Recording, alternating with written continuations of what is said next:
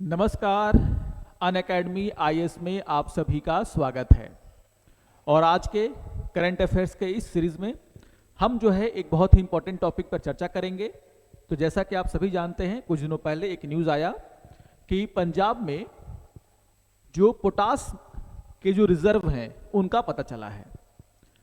तो ये क्यों सिग्निफिकेंट है, ये जो खोज है उससे हमें क्या फ़ायदा हो सकता है, जो किसान हैं उनको क्या फ़ायदा हो सकता है, तो उन सभी के बारे में हम लोग आज के इस वीडियो में चर्चा करने वाले हैं। तो आज का हमारा टॉपिक है why the discovery of potash reserve in Punjab is significant. तो इसके महत्व को हम लोग यहाँ पर समझने का प्रयास करेंगे। तो जैसा कि मैंने कहा कि 6 फरवरी को आप देखोगे जो पंजाब के माइनिंग मिनिस्टर हैं उन्होंने कहा है कि जिस तरीके से पंजाब में 3 ऐसी जगहों का पता चला है जहां पर जो पोटास है उसके रिजर्व पाए गए हैं, तो उसके बाद आप देखोगे कि जो माइनिंग मिनिस्टर हैं पंजाब के, उन्होंने ये कहा है कि सरकार जो है क्या कर रही है, पोटास माइनिंग करने का यहाँ पर क्या कर रही है, कोशिश करेगी जिससे कि पंजाब में जो 3 माइनिंग ब्लॉक्स जहाँ पर पोटास भारी मात्रा में प्रेजेंट होने की बात कही जा रही है, वहां से इनको निकाला जा सके और फिर इनका उपयोग जो है फर्टिलाइजर को बनाने में किया जा सके। तो इस न्यूज़ को आपको ध्यान में रखना है कि क्या कहा गया है पंजाब के खनन मंत्री बरिंदर कुमार गोयल के द्वारा। ठीक है, तो ये सबसे पहले आपको ध्यान में रखना है। तो जो सर्वेक्षण हुआ था उसमें आप देखोगे पंजाब में 3 ऐसे ब्लॉक का पता चला है जहां पर पोटास के बड़े भंडार हैं। इसके अलावा आपको यह भी ध्यान में रखना है कि इससे पहले आप देखोगे राजस्थान में भी इसी तरीके के पोटास के जो भंडार हैं उसका पता चला था। आपको ध्यान में रखना है कि जो जियोलॉजिकल सर्वे ऑफ इंडिया है यानी कि जीएसआई, उसने जो है पंजाब की तरह ही आप देखोगे राजस्थान में भी पोटास के कुछ जो ब्लॉक्स हैं उसका पता लगाया था। यानी कि आप देख सकते हो कि हमारे इंडिया में जो है पंजाब और राजस्थान में पोटास के जो खनिज के भंडार हैं वो काफ़ी भारी मात्रा में पाए जा रहे हैं। अब आप देखोगे कि जैसे राजस्थान में पोटास के भंडार मिल रहे हैं, रिजर्व मिल रहे हैं, पंजाब में भी इस तरह के 3 ब्लॉक का पता चला है जहां पर क्या है, पोटास भारी मात्रा में है। तो यहाँ पर ये कहा जा रहा है कि जो फाइंडिंग हुई है, ये जो खोज हुई है, उससे क्या हो सकता है कि जो भारत में पोटास माइनिंग का जो पोटेंशियल है वो क्या हो सकता है, बढ़ सकता है। हम भारी मात्रा में इन जगहों से क्या निकाल सकते हैं, पोटास।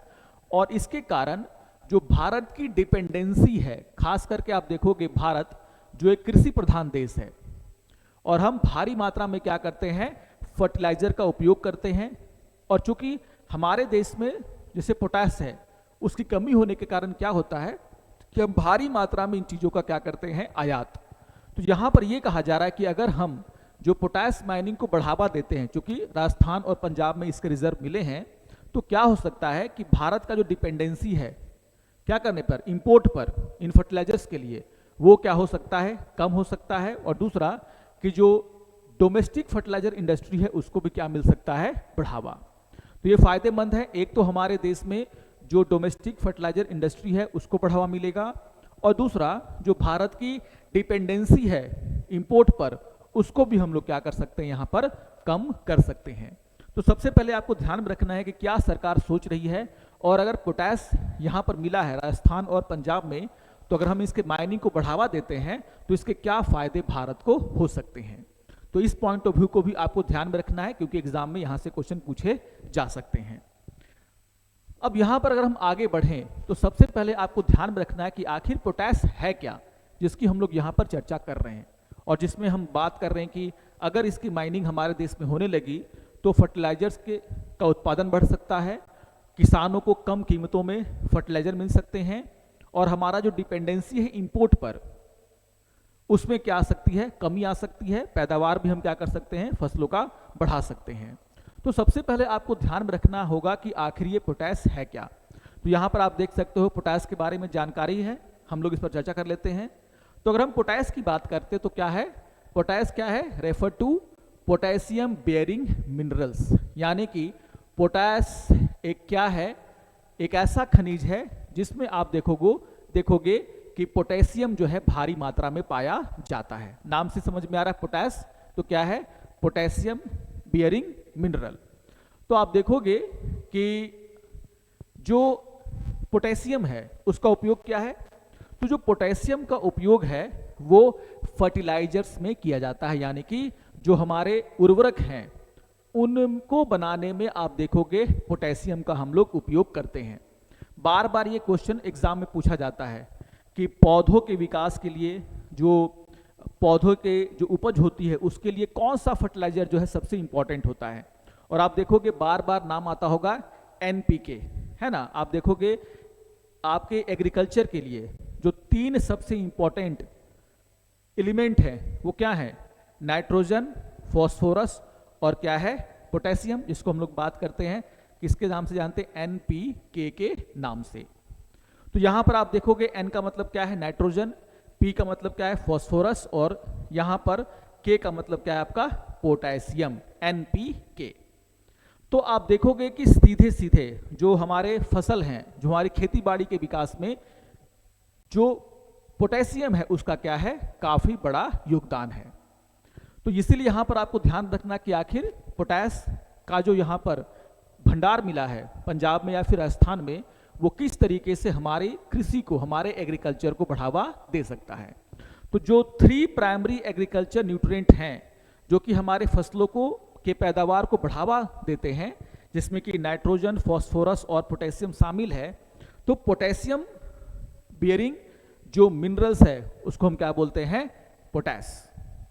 इसलिए कहा जा रहा है कि आप देखोगे कि अगर हम पोटैश का माइनिंग करते हैं तो हम क्या कर सकते हैं, जो सबसे इंपॉर्टेंट एलिमेंट है पोटेशियम उसको इससे निकाल सकते हैं और इसका उपयोग फिर कैसे कहाँ करेंगे हम लोग, फर्टिलाइजर को बनाने में, जिससे कि किसानों को क्या कम कीमत पे जो है वो फर्टिलाइजर मिल पाएंगे, क्योंकि हम इसको निर्यात हमारी कम होगी, हम घर पे ही इसको निकालेंगे और इसका इस्तेमाल करके हम क्या करेंगे, फर्टिलाइजर बनाएंगे।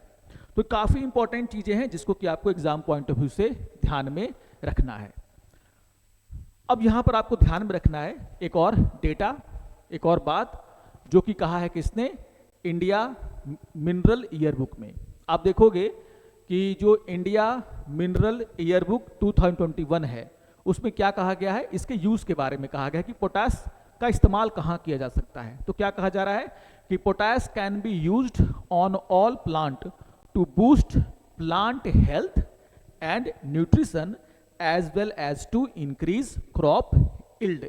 कहने का मतलब क्या है कि अगर हम पोटैश का इस्तेमाल करते हैं खेती बाड़ी में, फसलों को उगाने में, तो यहाँ पर आप देखोगे ये क्या करता है, जो प्लांट का हेल्थ है उसको बढ़ाता है, बूस्ट करता है, जो न्यूट्रिशन है यानी कि जो पोषण है उसको क्या करता है, बढ़ाने का काम करता है, और साथ ही साथ अगर प्लांट हेल्दी होंगे, न्यूट्रिशन की समस्या उनमें नहीं होगी, तो इसका फसल क्या होगा, जो पैदावार है वो क्या होगी, यहाँ पर ज़्यादा होगी, यानी कि यील्ड जो कि पैदावार है वो क्या हो सकता है, ज़्यादा हो सकता है। ऑब्वियसली हमारी फूड सिक्योरिटी के लिए भी ये क्या है, बहुत ही इंपॉर्टेंट है। तो हम इसको अपनी फूड सिक्योरिटी से भी जोड़ करके देख सकते हैं।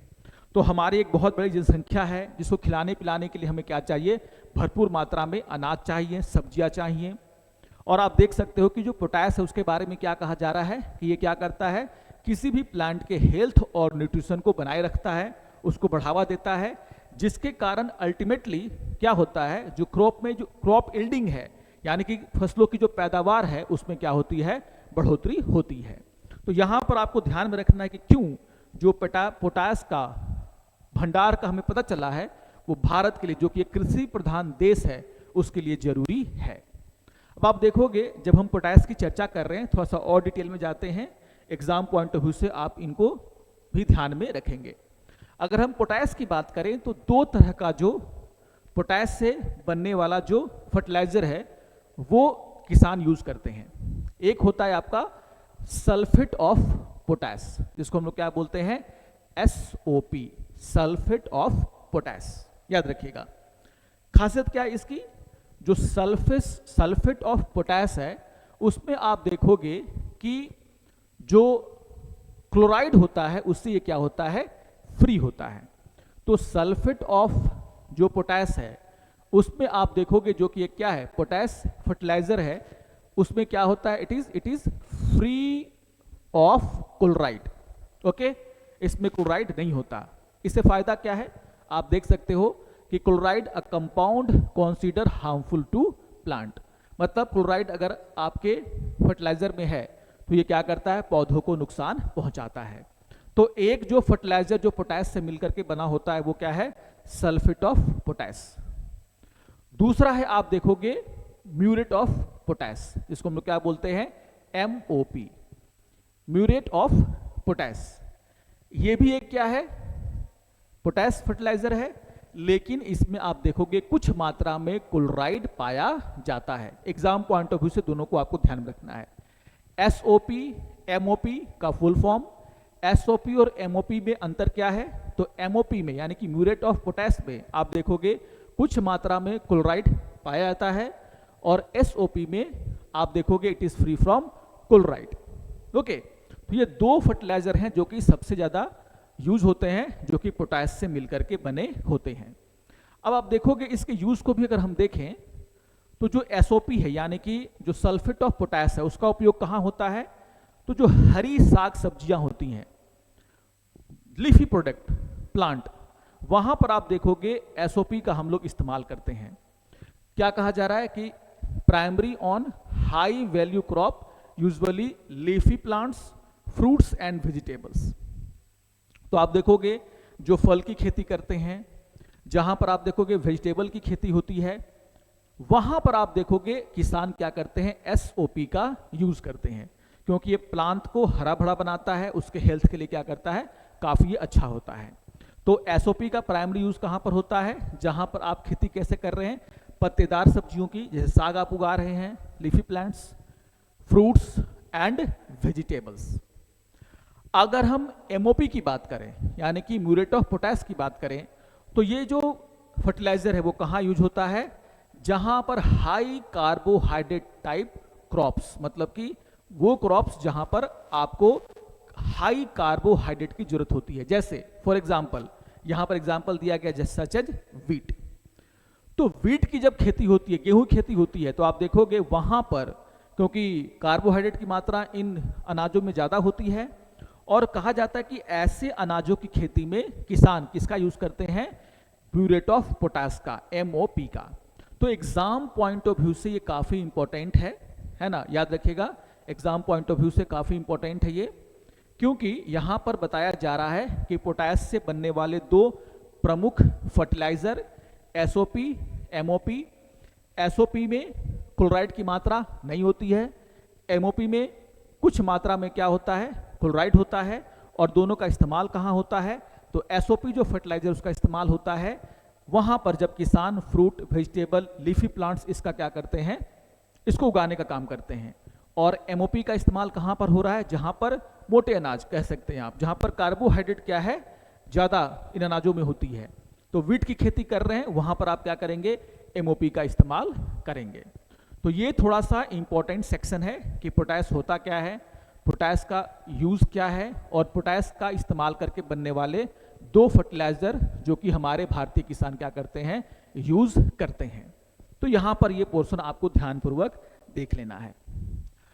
ये हिंदी में मैंने दे दिया है, जो हिंदी माध्यम के स्टूडेंट हैं वो यहां से भी क्या कर सकते हैं, नोट बना सकते हैं।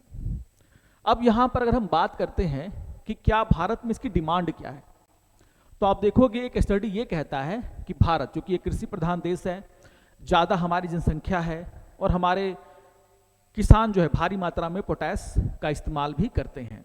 तो कहा जा रहा है कि आप देखोगे India imports 50 lakh ton of potash annually.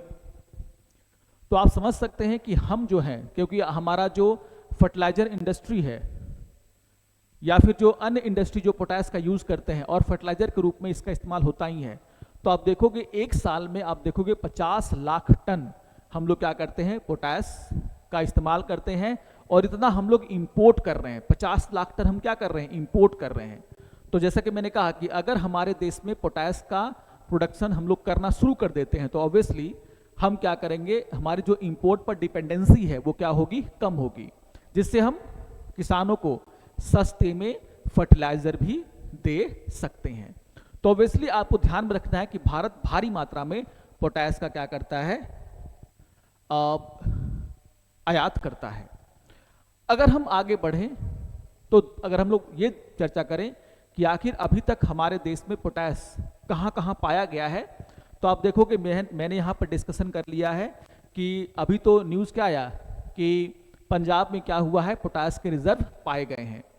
इसके पहले आप देखोगे राजस्थान में भी पोटास के रिजर्व पाए गए थे, यानी कि राजस्थान के बाद पंजाब दूसरा वो स्टेट है जहां पर आप देखोगे पोटास के रिजर्व पाए गए हैं। तो यहां पर आप लोग थोड़ा सा देख लेना कि पंजाब में वो कौन कौन से 3 जगह हैं जहां पर जो है पोटास के रिजर्व पाए गए हैं। जैसे यहां पर मैंने बता दिया है कि 3 जो खनन ब्लॉक है वो कौन कौन से हैं, कबरवाला है ना जो कि मुक्तसर साहिब में है, फिर शेरेवाला और रामसरा जो फजीलका में है, और फिर शेरगढ़ और दलमीर खेड़ा। तो लगभग इनको मिलाकर के आप देखोगे 18 वर्ग है ना 18 स्क्वायर किलोमीटर क्षेत्र में जो है पोटास के रिजर्व पाए गए हैं। तो थोड़ा सा इनको देख लीजिएगा अगर डिटेल में आपको जाना है तो।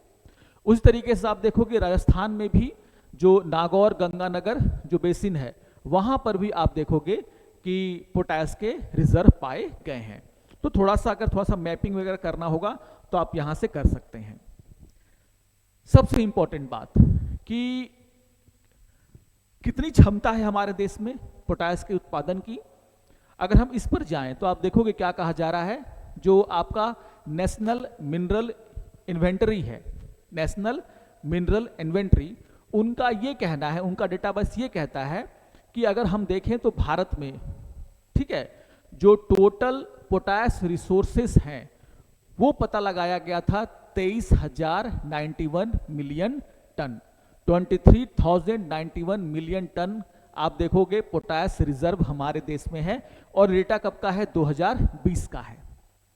अभी पंजाब में जो 3 ब्लॉक आए हैं वहां पर भी सर्वे हो रहा है, तो ये संख्या बढ़ सकती है, लेकिन जो लेटेस्ट डेटा हमारे पास है आप देखोगे उसमें अगर आप देखोगे तो भारत में जो पोटास का रिजर्व है ना वो कितना है, 23,000 मिलियन टन।